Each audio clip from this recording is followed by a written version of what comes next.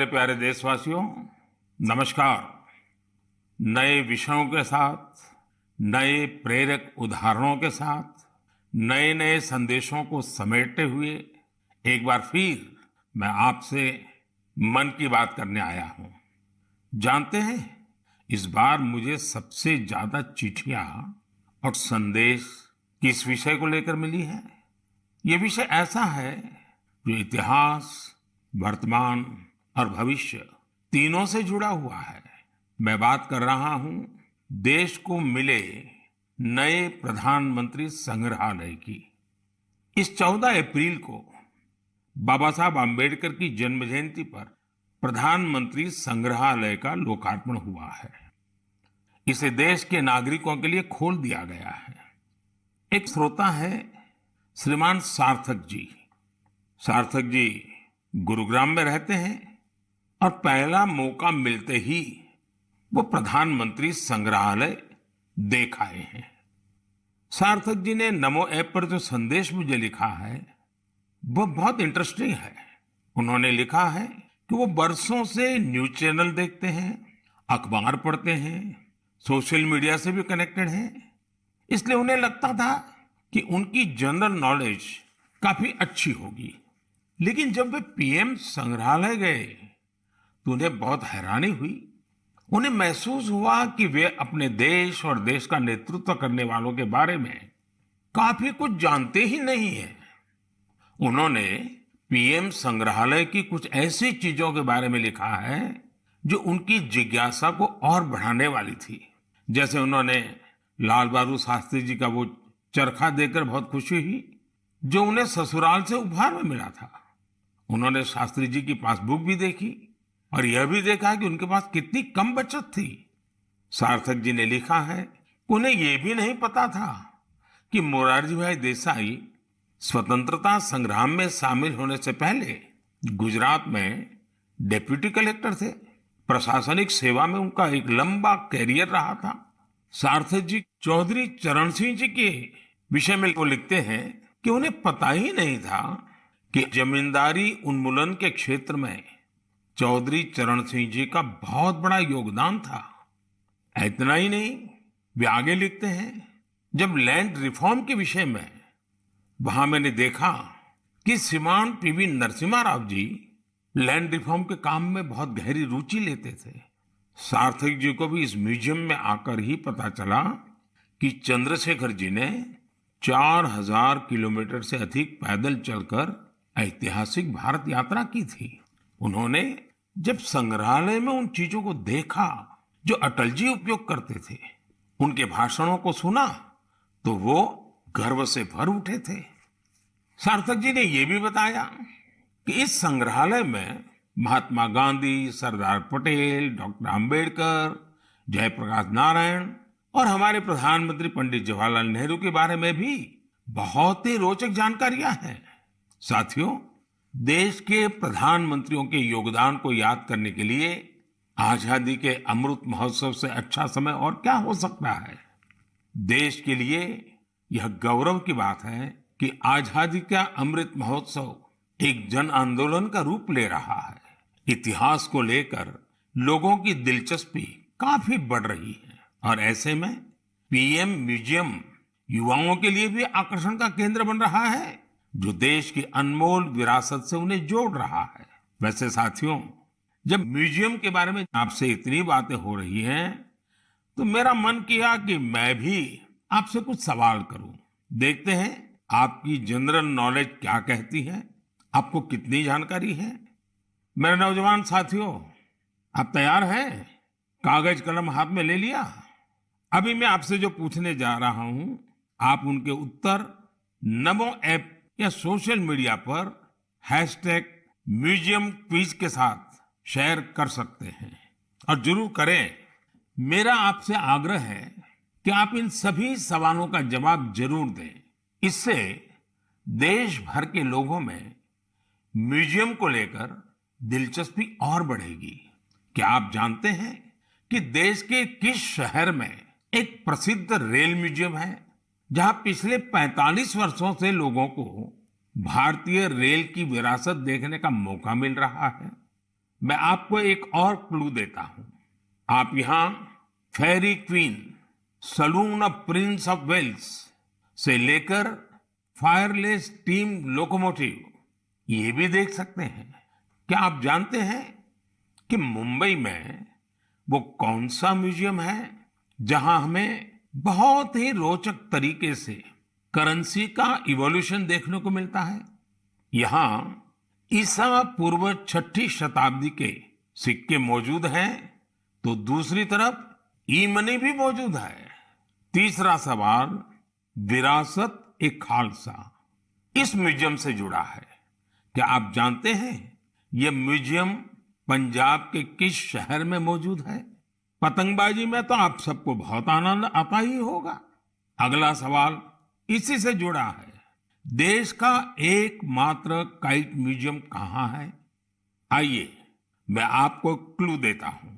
यहाँ जो सबसे बड़ी पतंग रखी है उसका आकार 22 गुणा 16 फीट है। कुछ ध्यान आया? नहीं तो यही एक और चीज बताता हूं। यह जिस शहर में है उसका बापू से विशेष नाता रहा है। बचपन में डाक टिकटों के संग्रह का शौक किसे नहीं होता, लेकिन क्या आपको पता है कि भारत में डाक टिकट से जुड़ा नेशनल म्यूजियम कहाँ है? मैं आपसे एक और सवाल करता हूं। गुलशन महल नाम की इमारत में कौन सा म्यूजियम है? आपके लिए क्लू ये है कि इस म्यूजियम में आप फिल्म के डायरेक्टर भी बन सकते हैं, कैमरा एडिटिंग की बारीकियों को भी देख सकते हैं। अच्छा, क्या आप ऐसे किसी म्यूजियम के बारे में जानते हैं जो भारत की टेक्सटाइल से जुड़ी विरासत को सेलिब्रेट करता है? इस म्यूजियम में miniature paintings, Jain manuscripts, sculptures, बहुत कुछ है। ये अपने यूनिक डिस्प्ले के लिए भी जाना जाता है। साथियों, टेक्नोलॉजी के इस दौर में आपके लिए इनके उत्तर खोजना बहुत आसान है। ये प्रश्न मैंने इसलिए पूछे ताकि हमारी नई पीढ़ी में जिज्ञासा बढ़े, वो इनके बारे में और पढ़ें, इन्हें देखने जाएं। अब तो म्यूजियम्स के महत्व की वजह से कई लोग खुद आके आकर म्यूजियम्स के लिए काफी दान भी कर रहे हैं। बहुत से लोग अपने पुराने कलेक्शन को, ऐतिहासिक चीजों को भी म्यूजियम्स को दान कर रहे हैं। आप जब ऐसा करते हैं तो एक तरह से आप एक सांस्कृतिक पूंजी को पूरे समाज के साथ साझा करते हैं। भारत में भी लोग अब इसके लिए आगे आ रहे हैं। मैं ऐसे सभी निजी प्रयासों की भी सराहना करता हूं। आज बदलते हुए समय में और कोविड प्रोटोकॉल्स की वजह से संग्रहालयों में नए तौर तरीके अपनाने पर जोर दिया जा रहा है। म्यूजियम्स में डिजिटाइजेशन पर भी फोकस बढ़ा है। आप सब जानते हैं कि 18 मई को पूरी दुनिया में इंटरनेशनल म्यूजियम डे मनाया जाएगा। इसे देखते हुए अपने युवा साथियों के लिए मेरे पास एक आइडिया है। क्यों ना आने वाली छुट्टियों में आप अपने दोस्तों की मंडली के साथ किसी स्थानीय म्यूजियम को देखने जाएं। आप अपना अनुभव #म्यूजियम मेमोरीज के साथ जरूर साझा करें। आपके ऐसा करने से दूसरों के मन में भी संग्रहालयों को लेकर जिज्ञासा जगेगी। मेरे प्यारे देशवासियों, आप अपने जीवन में बहुत से संकल्प लेते होंगे, उन्हें पूरा करने के लिए परिश्रम भी करते होंगे साथियों। लेकिन हाल ही में मुझे एक ऐसे संकल्प के बारे में पता चला जो वाकई बहुत अलग था, बहुत अनोखा था। इसलिए मैंने सोचा कि इसे मन की बात के श्रोताओं को जरूर शेयर करूं। साथियों, क्या आप सोच सकते हैं कि कोई अपने घर से ये संकल्प लेकर निकले कि वो आज दिन भर पूरा शहर घूमेगा और एक भी पैसे का लेन देन कैश में नहीं करेगा, नकद में नहीं करेगा। है ना ये दिलचस्प संकल्प? दिल्ली की 2 बेटियां सागरिका और प्रेक्षा ने ऐसे ही कैशलेस डे आउट का एक्सपेरिमेंट किया। सागरिका और प्रेक्षा दिल्ली में जहां भी गई उन्हें डिजिटल पेमेंट की सुविधा उपलब्ध हो गई। यूपीआई, क्यूआर कोड की वजह से उन्हें कैश निकालने की जरूरत ही नहीं पड़ी।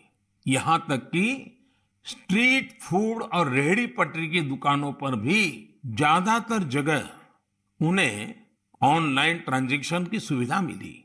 साथियों, कोई सोच सकता है कि दिल्ली है, मेट्रो सिटी है, वहां ये सब होना आसान है।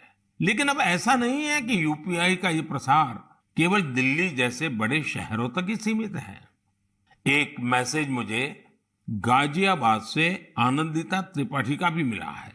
आनंदिता पिछले सप्ताह अपने पति के साथ नॉर्थ ईस्ट घूमने गई थी। उन्होंने असम से लेकर मेघालय और अरुणाचल प्रदेश के तवांग तक की अपनी यात्रा का अनुभव मुझे बताया।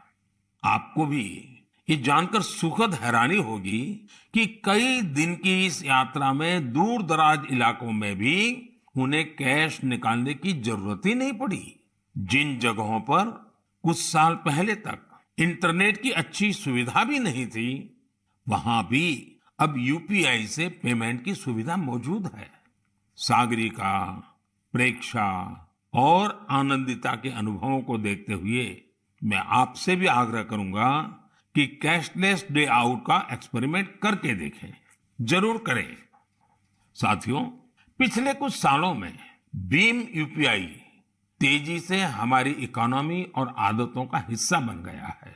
अब तो छोटे छोटे शहरों में और ज्यादातर गांवों में भी लोग यूपीआई से ही लेन देन कर रहे हैं। डिजिटल इकोनॉमी से देश में एक कल्चर भी पैदा हो रहा है। गली नुक्कड़ की छोटी छोटी दुकानों में डिजिटल पेमेंट होने से उन्हें ज्यादा से ज्यादा ग्राहकों को सर्विस देना आसान हो गया है। उन्हें अब खुले पैसों की भी दिक्कत नहीं होती। आप भी यूपीआई की सुविधा को रोजमर्रा के जीवन में महसूस करते होंगे। कहीं भी गए, कैश ले जाने का, बैंक जाने का, एटीएम खोजने का झंझट ही खत्म। मोबाइल से ही सारे पेमेंट हो जाते हैं। लेकिन क्या आपने कभी सोचा है कि आपके इन छोटे छोटे ऑनलाइन पेमेंट से देश में कितनी बड़ी डिजिटल इकोनॉमी तैयार हुई है? इस समय हमारे देश में करीब 20,000 करोड़ रुपए के ट्रांजैक्शन हर दिन हो रहे हैं। पिछले मार्च के महीने में तो यूपीआई ट्रांजैक्शन करीब 10 लाख करोड़ रुपए तक पहुंच गया। इससे देश में सुविधा भी बढ़ रही है और ईमानदारी का माहौल भी बन रहा है। अब तो देश में फिनटेक से जुड़े कई नए स्टार्टअप भी आगे बढ़ रहे हैं। मैं चाहूंगा कि अगर आपके पास भी डिजिटल पेमेंट और स्टार्टअप इकोसिस्टम की इस ताकत से जुड़े अनुभव है तो उन्हें साझा करिए। आपके अनुभव दूसरे कई और देशवासियों के लिए प्रेरणा बन सकते हैं। मेरे प्यारे देशवासियों, टेक्नोलॉजी की ताकत कैसे सामान्य लोगों का जीवन बदल रही है, ये हमें हमारे आसपास लगातार नजर आ रहा है। टेक्नोलॉजी ने एक और बड़ा काम किया है। ये काम है दिव्यांग साथियों की असाधारण क्षमताओं का लाभ देश और दुनिया को दिलाना। हमारे दिव्यांग भाई बहन क्या कर सकते हैं, ये हमने टोक्यो पैरालंपिक्स में देखा है। खेलों की तरह ही आर्ट्स, एकेडमिक्स और दूसरे कई क्षेत्रों में दिव्यांग साथी कमाल कर रहे हैं। लेकिन जब इन साथियों को टेक्नोलॉजी की ताकत मिल जाती है तो ये और भी बड़े मुकाम हासिल करके दिखाते हैं। इसलिए देश आजकल लगातार संसाधनों और इंफ्रास्ट्रक्चर को दिव्यांगों के लिए सुलभ बनाने के लिए लगातार प्रयास कर रहा है। देश में ऐसे कई स्टार्टअप्स और संगठन भी हैं जो इस दिशा में प्रेरणादायी काम कर रहे हैं। ऐसी एक संस्था है voice of specially abled people. ये संस्था असिस्टिव टेक्नोलॉजी के क्षेत्र में नए अवसरों को प्रमोट कर रही है। जो दिव्यांग कलाकार हैं उनके काम को दुनिया तक पहुंचाने के लिए भी एक इनोवेटिव शुरुआत की गई है। Voice of specially abled people के इन कलाकारों की पेंटिंग्स, इसकी डिजिटल आर्ट गैलरी तैयार की है। दिव्यांग साथी किस तरह असाधारण प्रतिभाओं के धनी होते हैं और उनके पास कितनी असाधारण क्षमताएं होती हैं, ये आर्ट गैलरी इसका एक उदाहरण है। दिव्यांग साथियों के जीवन में कैसी चुनौतियां होती हैं, उनसे निकलकर वो कहां तक पहुंच सकते हैं, ऐसे कई विषयों को इन पेंटिंग्स में आप महसूस कर सकते हैं। आप भी अगर किसी दिव्यांग साथी को जानते हैं, उनकी टैलेंट को जानते हैं, तो डिजिटल टेक्नोलॉजी की मदद से उसे दुनिया के सामने ला सकते हैं। जो दिव्यांग साथी हैं, वो भी इस तरह के प्रयासों से जरूर जुड़े। मेरे प्यारे देशवासियों, देश के ज्यादातर हिस्सों में गर्मी बहुत तेजी से बढ़ रही है। बढ़ती हुई ये गर्मी पानी बचाने की हमारी जिम्मेदारी को भी उतना ही बढ़ा देती है। हो सकता है कि आप अभी जहां हो वहां पानी पर्याप्त मात्रा में उपलब्ध हो, लेकिन आपको उन करोड़ों लोगों को भी हमेशा याद रखना है जो जल संकट वाले क्षेत्रों में रहते हैं, जिनके लिए पानी की एक एक बूंद अमृत के समान होती है। साथियों, इस समय आजादी के 75वें साल में आजादी के अमृत महोत्सव में देश जिन संकल्पों को लेकर आगे बढ़ रहा है, उनमें जल संरक्षण भी एक है। अमृत महोत्सव के दौरान देश के हर जिले में 75 अमृत सरोवर बनाए जाएंगे। आप कल्पना कर सकते हैं कि कितना बड़ा अभियान है। वो दिन दूर नहीं जब आपके अपने शहर में 75 अमृत सरोवर होंगे।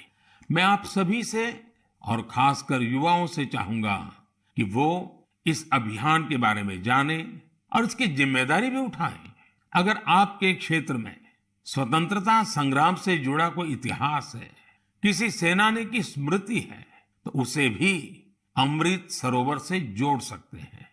वैसे मुझे यह जानकर बहुत अच्छा लगा कि अमृत सरोवर का संकल्प लेने के बाद कई स्थलों पर इस पर तेजी से काम शुरू हो चुका है। मुझे यूपी के रामपुर की ग्राम पंचायत पटवाई के बारे में जानकारी मिली है। वहां पर ग्राम सभा की भूमि पर एक तालाब था, लेकिन वो गंदगी और कूड़े के ढेर से भरा हुआ था।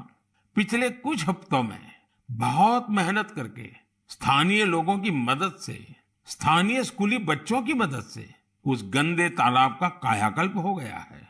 अब उस सरोवर के किनारे रिटेनिंग वॉल, चार दीवारी, फूड कोर्ट, फव्वारे और लाइटिंग भी न जाने क्या क्या व्यवस्थाएं की गई हैं। मैं रामपुर की पटवाई ग्राम पंचायत को, गांव के लोगों को, वहां के बच्चों को इस प्रयास के लिए बहुत बहुत बधाई देता हूं। साथियों, पानी की उपलब्धता और पानी की किल्लत ये किसी भी देश की प्रगति और गति को निर्धारित करते हैं। आपने भी गौर किया होगा कि मन की बात में मैं स्वच्छता जैसे विषयों के साथ ही बार बार जल संरक्षण की बात जरूर करता हूं। हमारे तो ग्रंथों में स्पष्ट रूप से कहा गया है, पानीयम परमम लोके जीवानाम जीवनम समृतम, अर्थात संसार में जल ही हर एक जीव के जीवन का आधार है और जल ही सबसे बड़ा संसाधन भी है। इसलिए तो हमारे पूर्वजों ने जल संरक्षण के लिए इतना जोर दिया। वेदों से लेकर पुराणों तक हर जगह पानी बचाने को, तालाब, सरोवर आदि बनवाने को मनुष्य का सामाजिक और आध्यात्मिक कर्तव्य बताया गया है। वाल्मीकि रामायण में जल स्रोतों को जोड़ने पर, जल संरक्षण पर विशेष जोर दिया गया है। इसी तरह इतिहास के स्टूडेंट जानते होंगे, सिंधु, सरस्वती और हड़प्पा सभ्यता के दौरान भी भारत में पानी को लेकर कितनी विकसित इंजीनियरिंग होती थी। प्राचीन काल में कई शहर में जल स्रोतों का आपस में इंटरकनेक्टेड सिस्टम होता था और ये वो समय था जब जनसंख्या उतनी नहीं थी, प्राकृतिक संसाधनों की किल्लत भी नहीं थी, एक प्रकार से विपुलता थी, फिर भी जल संरक्षण को लेकर तब जागरूकता बहुत ज्यादा थी। लेकिन आज स्थिति इसके उलट है। मेरा आप सभी से आग्रह है, आप अपने इलाके के ऐसे पुराने तालाबों, कुओं और सरोवरों के बारे में जानें। अमृत सरोवर अभियान की वजह से जल संरक्षण के साथ साथ आपके इलाके की पहचान भी बनेगी। इससे शहरों में, मोहल्लों में स्थानीय पर्यटन के स्थल भी विकसित होंगे। लोगों को घूमने फिरने की भी एक जगह मिलेगी। साथियों, जल से जुड़ा हर प्रयास हमारे कल से जुड़ा है। इसमें पूरे समाज की जिम्मेदारी होती है। इसके लिए सदियों से अलग अलग समाज, अलग अलग प्रयास लगातार करते आए हैं। जैसे कि कच्छ के रण की एक जनजाति मालधारी जल संरक्षण के लिए वृदास नाम का तरीका इस्तेमाल करती है। इसके तहत छोटे कुएं बनाए जाते हैं और उसके बचाव के लिए आसपास पेड़ पौधे लगाए जाते हैं। इसी तरह मध्य प्रदेश की भील जनजाति ने अपनी एक ऐतिहासिक परंपरा हलमा को जल संरक्षण के लिए इस्तेमाल किया।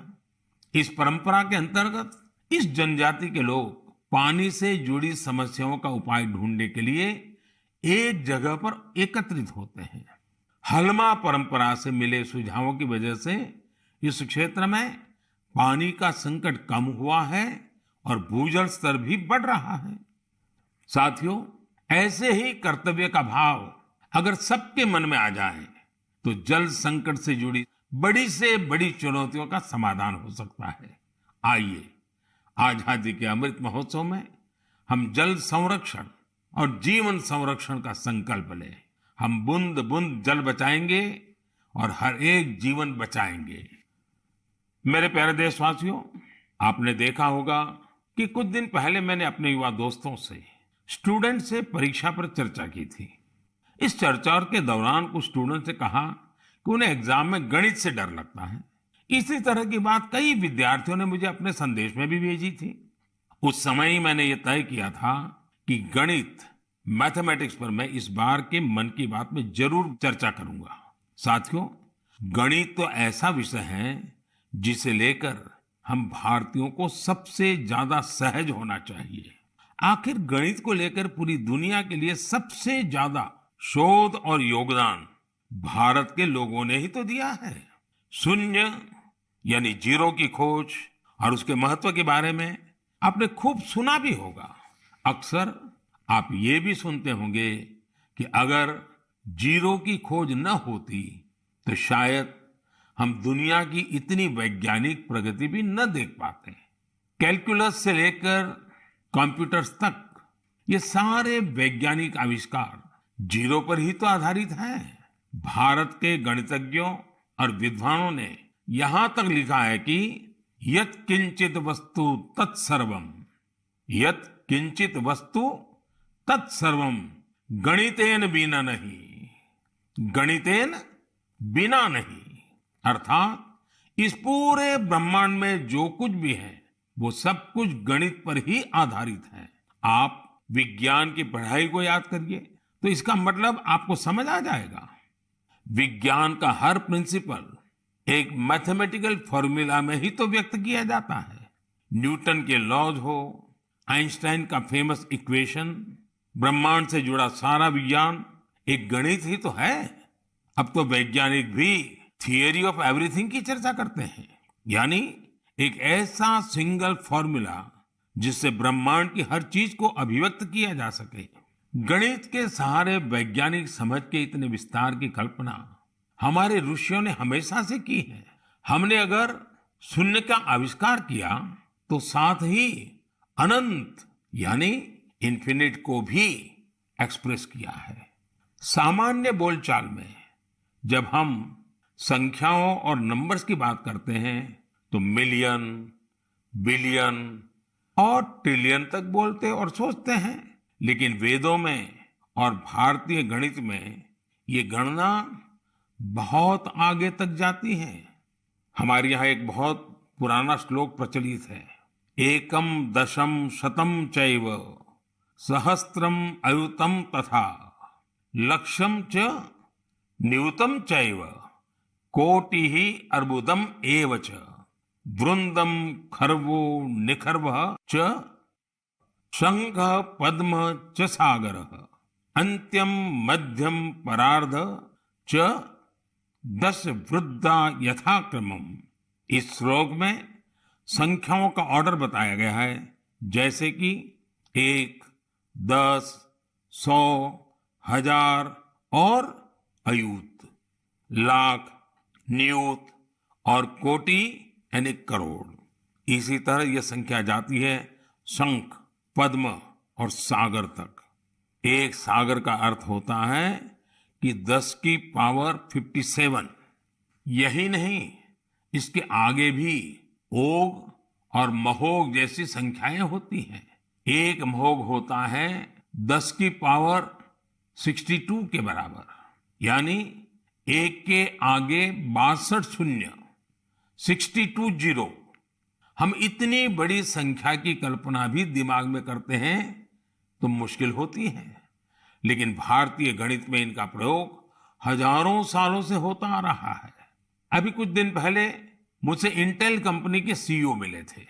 उन्होंने मुझे एक पेंटिंग दी थी, उसमें भी वामन अवतार के जरिए गणना या माप की ऐसी ही एक भारतीय पद्धति का चित्रण किया गया था। इंटेल का नाम आया तो कंप्यूटर आपके दिमाग में अपने आप आ गया होगा। कंप्यूटर की भाषा में आपने बाइनरी सिस्टम के बारे में भी सुना होगा, लेकिन क्या आपको पता है कि हमारे देश में आचार्य पिंगला जैसे ऋषि हुए थे जिन्होंने बाइनरी की कल्पना की थी। इसी तरह आर्यभट्ट से लेकर के रामानुजन जैसे गणितज्ञों तक गणित के कितने ही सिद्धांतों पर हमारे यहाँ काम हुआ है। साथियों, हम भारतीयों के लिए गणित कभी मुश्किल विषय नहीं रहा। इसका एक बड़ा कारण हमारी वैदिक गणित भी है। आधुनिक काल में वैदिक गणित का श्रेय जाता है श्री भारती कृष्ण तीर्थ जी महाराज को। उन्होंने कैलकुलेशन के प्राचीन तरीकों को रिवाइव किया और उसे वैदिक गणित नाम दिया। वैदिक गणित की सबसे खास बात यह थी कि इसके जरिए आप कठिन से कठिन गणनाएं पलक झपकते ही मन में ही कर सकते हैं। आजकल तो सोशल मीडिया पर वैदिक गणित सीखने और सिखाने वाले ऐसे कई युवाओं के वीडियोस भी आपने देखे होंगे। साथियों, आज मन की बात में वैदिक गणित सिखाने वाले एक ऐसे ही साथी हमारे साथ भी जुड़ रहे हैं। ये साथी हैं कोलकाता के गौरव टेकरीवाल जी, और वो पिछले 2-2.5 दशक से वैदिक मैथमेटिक इस मूवमेंट को बड़े समर्पित भाव से आगे बढ़ा रहे हैं। आइए उनसे ही कुछ बातें करते हैं। गौरव जी, नमस्ते। नमस्ते सर। मैंने सुना है कि आप वैदिक मैथ्स के लिए काफी रुचि रखते हैं, बहुत कुछ करते हैं। तो पहले तो मैं आपके विषय में कुछ जानना चाहूंगा और बाद में इस विषय में आपकी रुचि कैसे है, जरा मुझे बताइए। सर, मैं 20 साल पहले जब बिजनेस स्कूल के लिए अप्लाई कर रहा था तो उसकी कॉम्पिटिटिव एग्जाम होती थी, जिसका नाम है कैट। उसमें बहुत सारे गणित के सवाल आते थे जिसको कम समय में करना पड़ता था। तो मेरी माँ ने मुझे एक बुक लाकर दिया, जिसका नाम था वैदिक गणित। स्वामी श्री भारती कृष्ण तीर्थ जी महाराज ने वो बुक लिखी थी और उसमें उन्होंने 16 सूत्र दिए थे, जिसमें गणित बहुत ही सरल और बहुत ही तेज हो जाता था। जब मैंने वो पढ़ा तो मुझे बहुत प्रेरणा मिली और फिर मेरी रुचि जागृत हुई मैथमेटिक्स में। मुझे समझ में आया कि ये सब्जेक्ट जो भारत की देन है, जो हमारी धरोहर है, उसको विश्व के कोने कोने में पहुंचाया जा सकता है। तब से मैंने इसको एक मिशन बनाया कि वैदिक गणित को विश्व के कोने कोने में पहुंचाया जाए, क्योंकि गणित की डर सब हर जन को सताती है और वैदिक गणित से सरल और क्या हो सकता है। गौरव जी, कितने सालों से आप इसमें काम कर रहे हैं? मुझे आज हो गए करीबन 20 साल सर, मैं उसमें ही लगा हुआ हूँ। और अवेयरनेस के लिए क्या करते हैं, क्या क्या प्रयोग करते हैं, कैसे जाते हैं लोगों के पास? हम लोग स्कूल्स में जाते हैं, हम लोग ऑनलाइन शिक्षा देते हैं। हमारी संस्था का नाम है वैदिक मैथ्स फोरम इंडिया। उस संस्था के तहत हम लोग इंटरनेट के माध्यम से 24 घंटे वैदिक मैथ्स पढ़ाते हैं सर। गौरव जी, आप तो जानते हैं मैं लगातार बच्चों के साथ बातचीत करना पसंद भी करता हूं और मैं अवसर ढूंढता रहता हूं। और एग्जाम वॉरियर से तो मैं बिल्कुल एक प्रकार से मैंने उसको इंस्टीट्यूशनलाइज कर दिया है। और मेरा भी अनुभव है कि ज्यादातर जब बच्चों से बात करता हूं तो गणित का नाम सुनते ही वो भाग जाते हैं। और तो मेरी कोशिश यही है कि ये बिना कारण जो एक हाव पैदा हुआ है उसको निकाला जाए, ये डर निकाला जाए। और छोटी छोटी टेक्निक जो परंपरा से है, क्योंकि भारत गणित के विषय में कोई नया नहीं है, शायद दुनिया में पुरातन परंपराओं में भारत के पास गणित की परंपरा रही है। तो एग्जाम वॉरियर को डर निकालना है तो आप क्या कहेंगे उनको? सर ये तो सबसे ज्यादा उपयोगी है बच्चों के लिए, क्योंकि एग्जाम का जो डर होता है, जो हवा हो गया है हर घर में, एग्जाम के लिए बच्चे ट्यूशन लेते हैं, पेरेंट्स परेशान रहते हैं, टीचर्स भी बहुत परेशान होते हैं। तो वैदिक गणित से ये सब छू मंतर हो जाता है। इस साधारण गणित की अपेक्षा में वैदिक गणित 1500% तेज है, और इससे बच्चों में बहुत कॉन्फिडेंस आता है और दिमाग भी तेजी से चलता है। जैसे हम लोग वैदिक गणित के साथ योग भी इंट्रोड्यूस किए हैं, जिससे कि बच्चे अगर चाहे तो आंख बंद कर भी कैलकुलेशन कर सकते हैं वैदिक गणित पद्धति के द्वारा। वैसे ध्यान की जो परंपराएं हैं उसमें भी इस प्रकार से गणित करना, वो भी ध्यान का एक प्राइमरी कोर्स भी होता है। Right sir. चलिए गौरव जी, बहुत अच्छा लगा मुझे, और आपने मिशन बोर्ड में इस काम को उठाया है। और विशेष करके आपकी माताजी ने एक अच्छे गुरु के रूप में आपको ये रास्ते पर ले गई, और आज आप लाखों बच्चों को उस रास्ते पर ले जा रहे हैं। मेरी तरफ से आपको बहुत बहुत शुभकामनाएं। शुक्रिया सर, मैं आपका आभार व्यक्त करता हूँ सर कि वैदिक गणित को आपने महत्व दिया और मुझे चुना सर, तो वी आर वेरी थैंकफुल। बहुत बहुत धन्यवाद। नमस्कार। नमस्ते सर। साथियों, गौरव जी ने बड़े अच्छे तरीके से बताया कि वैदिक गणित कैसे गणित को मुश्किल से मजेदार बना सकता है। यही नहीं, वैदिक गणित से आप बड़ी बड़ी साइंटिफिक प्रॉब्लम्स भी सॉल्व कर सकते हैं। मैं चाहूंगा सभी माता पिता अपने बच्चों को वैदिक गणित जरूर सिखाएं। इससे उनका कॉन्फिडेंस तो बढ़ेगा ही, उनके ब्रेन की एनालिटिकल पावर भी बढ़ेगी।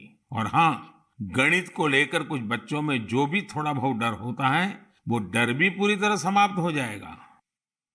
मेरे प्यारे देशवासियों, मन की बात में आज म्यूजियम से लेकर मैथ तक कई ज्ञानवर्धक विषयों पर चर्चा हुई। ये सब विषय आप लोगों के सुझावों से ही मन की बात का हिस्सा बन जाते हैं। मुझे आप इसी तरह आगे भी अपने सुझाव नमो ऐप और माय गॉव के जरिए भेजते रहिए। आने वाले दिनों में देश में ईद का त्योहार भी आने वाला है। 3 मई को अक्षय तृतीया और भगवान परशुराम की जयंती भी मनाई जाएगी। कुछ दिन बाद ही वैशाख बुद्ध पूर्णिमा का पर्व भी आएगा। ये सभी त्योहार संयम, पवित्रता, दान और सौहार्द के पर्व हैं। आप सभी को इन पर्वों की अग्रिम शुभकामनाएं। इन पर्वों को खूब उल्लास और सौहार्द के साथ मनाइए। इन सब के बीच आपको कोरोना से भी सतर्क रहना है। मास्क लगाना, नियमित अंतराल पर हाथ धुलते रहना, बचाव के लिए जो भी जरूरी उपाय है आप उनका पालन करते रहें। अगली बार मन की बात में हम फिर मिलेंगे और आपके भेजे गए कुछ और नए विषयों पर चर्चा करेंगे। तब तक के लिए विदा लेते हैं। बहुत बहुत धन्यवाद।